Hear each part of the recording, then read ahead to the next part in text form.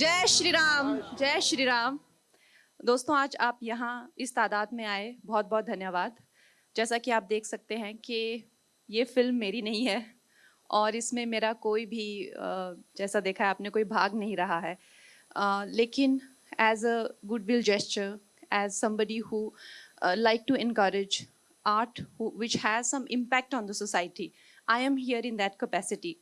मैंने बस 2 दिन पहले ट्रेलर देखा और मुझे इतना पसंद आया ये ट्रेलर, तो मैंने कहा ठीक है मैं भी आती हूँ और जो मुझसे जो बन पड़ता है, क्योंकि एक प्रोडक्ट को आपको मार्केट भी करना पड़ता है, तो मेरा जो सामर्थ्य है, मेरी जो जिस तरह से भी जितने लोगों तक पहुँच सकती हूँ, तो मैं इसमें पूरा हिस्सा लूँगी।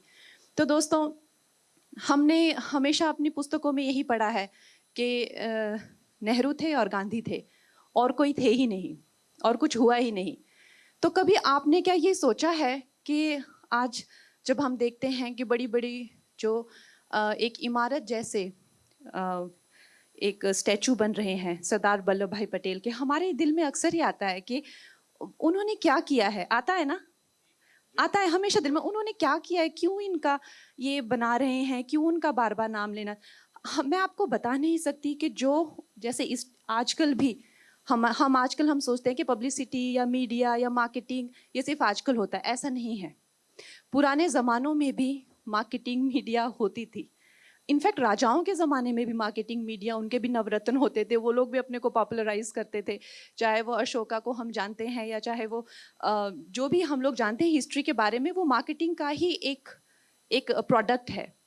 तो जो मार्केटिंग अपने करते रहे वो करते रहे, जो पब्लिसिटी अपनी करते रहे वो करते रहे। वो लंदन में जाके वहाँ पे इंटरव्यूज देते थे, वहाँ के सारे विश्व भर के पेपर्स में उनके गुणगान किए जाते थे।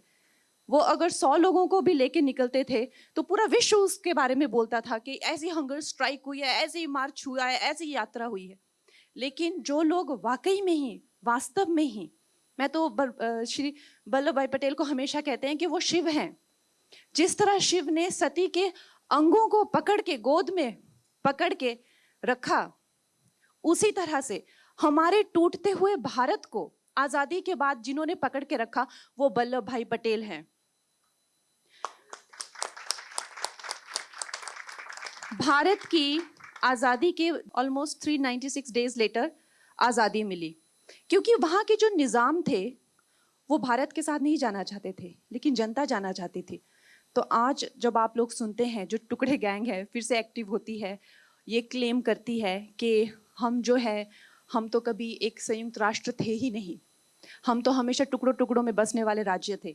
तो उनको आप ये इतिहास दिखाया करें कि उन सब राजाओं ने विलिंगली जो है वो भारत में भारत का हिस्सा बने हैं। और जो नहीं बनना चाहते थे, जैसे कि जो यहाँ के निज़ाम थे वो नहीं बनना चाहते थे, कश्मीर की आवाम नहीं बनना चाहती थी, वहाँ के राजा हरि सिंह बनना चाहते थे। यहाँ जो है इनके जो जनता है वो बनना चाहती थी, लेकिन निज़ाम नहीं बनना चाहते थे। तो वो किसने ये सॉल्व किया? कश्मीर का मुद्दा जवाहरलाल नेहरू जी ने सॉल्व किया और यहाँ का सरदार वल्लभ भाई पटेल ने। तो ये एक ओड है इन हीरोज़ को और हमारी जनता को, जिन्होंने एक पूरा पब्लिक रिवोल्ट किया और भारत को बचाया है, भारत की इंटेग्रिटी को, भारत की जो एक आत्मा है। और भारत आज जो है, ये इतने खून की नदियां बहने पे हम लोग साथ में रहने के लिए भी लड़े हैं। साउथ और नॉर्थ साथ में रहने के लिए भी लड़ा है, खून बहा है, लोगों ने अपनी जिंदगियां दी हैं। तो हमें इस तरह की फिल्मों की जरूरत इसलिए है ताकि हम इस इंटेग्रिटी को, इस भारतवर्ष को कभी भी फॉर ग्रांटेड ना लें। ऐसा ना सोचे कि बस मिला हुआ हमें, ऐसे ही नहीं मिला हुआ है। इसीलिए मैं चाहूँगी कि आप फैमिलीज़ को इनकरेज करें, इस फिल्म को इनकरेज करें।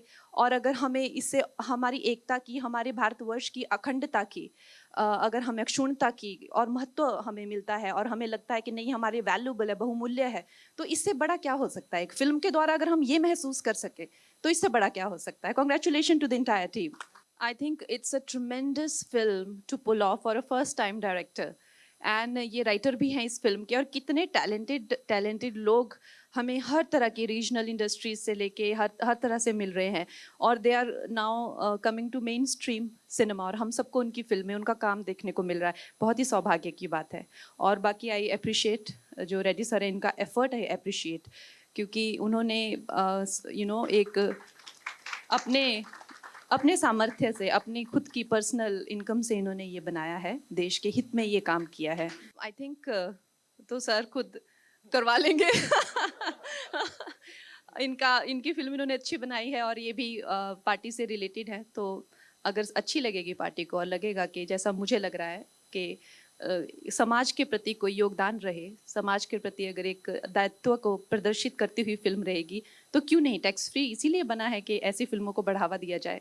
In my look, of course, I work so much in South India that I am just so inspired by the weave. You must be pointing to the weave. This is Banarasi, I think, but in my mind, I'm definitely a South Indian. Today also, in fact, my flight was at 10 a.m. Then I changed it to 4. I am going to Chennai for my film shoot only. So I take your guys' leave and I'll see you soon. Kangana Ranavji, we are very grateful to you because I consider you as the most dynamic personality ever our cinema industry had. Because one should have guts to say few words, and she has guts, and also she has the duty to continue. And I really feel very grateful for you to be here as our chief guest to launch the trailer on this occasion.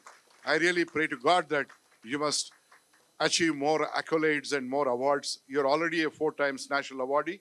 I really appreciate, and may God bless you with the best of the things possible in your life and with the best of the health possible in your life.